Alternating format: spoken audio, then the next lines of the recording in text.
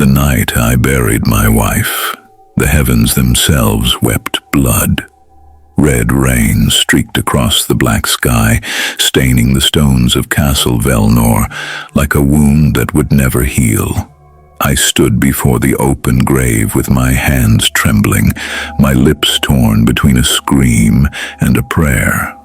Her body, pale and broken, lay still beneath the coffin lid. She had been my heart, my anchor, my reason to resist the darkness whispering at the edges of the world. And now she was gone. They told me she had leapt from the tower in despair. They lied. I knew the truth. She had been murdered, stolen from me by the very kingdom I bled to protect. The priests called it justice. The nobles called it law. They said she had consorted with witches, that her beauty was a veil for heresy. But I knew better. They feared her because she loved me, and they hated me because I was stronger than they could ever be. That night, as the last shovel of dirt smothered her coffin, I swore an oath. If God would not save her, then I would save her myself. If heaven would not give me vengeance, then I would carve it from the earth with my own hands. That was the night I began to become Dracula. I was not always a monster. Once they called me Vlad of Vladnor, a prince born in shadow and steel. My father raised me on the art of war, teaching me to wield the sword before I could even read. By 16, I led men into battle. By 20, I had carved a kingdom from chaos. But power is a crown of thorns. The priests envied me, the nobles conspired against me, and the common folk whispered that my victories were not of man but of demons. Only she, my beloved Elizabetha, saw me for who I truly was. She soothed the fire in my veins, reminding me I was more than blood and conquest. Her laughter filled the cold halls of Vladnor with warmth. She was my salvation. Until the night they took her. The priests dragged her to the square, binding her in chains. They accused her of witchcraft, her only crime being her loyalty to me. I begged them for mercy. I offered gold, land, even my own crown, but they spat at my feet. When I returned from war, it was too late. Her body was broken, tossed from the highest tower, a mockery of her love for me. I held her corpse in my arms and felt something inside me die. The man I was cracked open, and something darker began to crawl out. Grief is a hungry thing. It whispers in the night, promising relief if only you feed it. I fed mine with anger, with hatred, with thoughts no holy man would dare confess. And soon, grief answered me back. In the depths of Castle Vladnor's library, I found it. A book bound in blackened leather, older than any empire. Its pages smelled of iron and smoke, its words written in a language that tasted like ash on the tongue. The Codex Sanguinis, the Book of Blood. They said it was cursed, that no man who opened it remained human. But I was already less than man. By candlelight I traced the runes that spoke of immortality, of eternal strength, of vengeance that even the grave could not silence.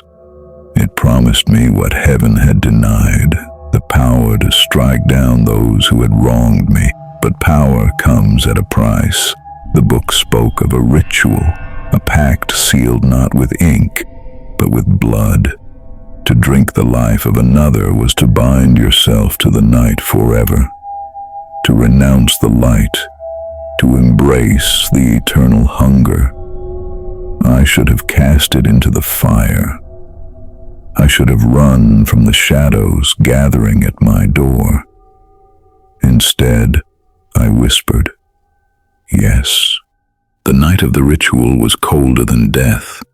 I lit the candles as the Codex instructed, their flames twisting into shapes not born of this world. I cut my palm, letting blood drip onto the altar, and spoke the forbidden words. At first, nothing. Then came the voice, It slithered through the chamber, a whisper made of smoke and sorrow. Vladnor, do you seek life eternal? Yes, I answered, my throat burned. I seek vengeance.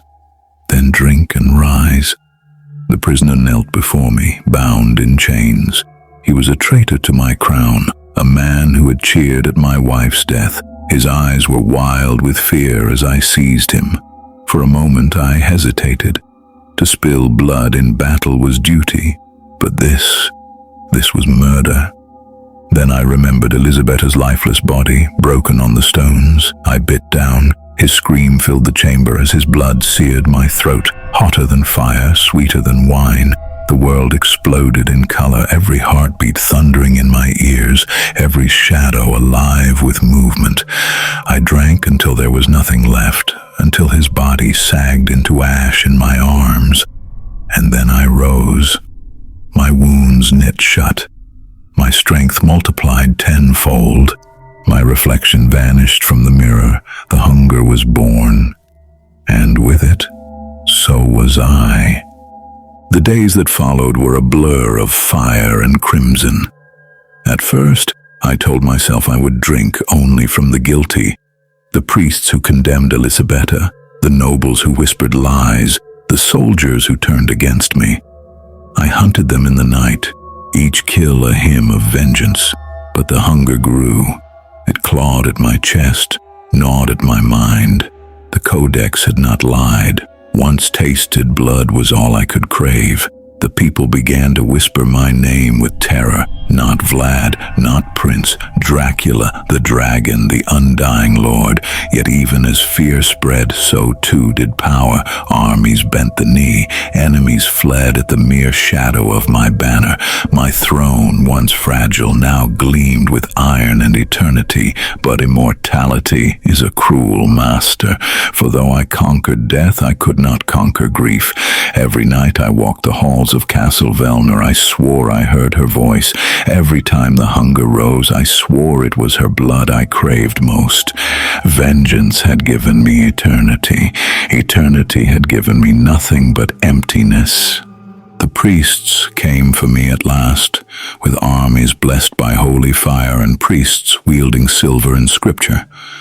They called me abomination. They promised the world I would burn. I welcomed them. For 3 nights and 3 days, the fields of Vladnor ran red. Their holy fire could not touch me. Their silver shattered against my flesh. Their prayers dissolved into screams. When it was over, the priests were corpses, the soldiers were ash, and the country itself lay in ruins. I stood upon the battlefield, drenched in blood, and looked to the heavens one last time. You made me a monster, and now the world will remember me forever. The clouds split, moonlight bathed me in silver fire. My shadow stretched across the land, vast and endless. And in that moment Vlad of Vladnor died. Only Dracula remained. Centuries have passed since that night. Kingdoms have risen and fallen. Empires have turned to dust. But I remain. Lovers, enemies, hunters, all have tried to define me. None have succeeded. I am the curse and the covenant, the hunger and the hope.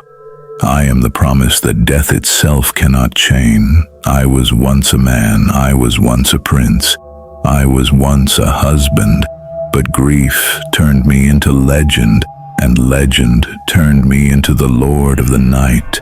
I am Dracula, and this is how I became.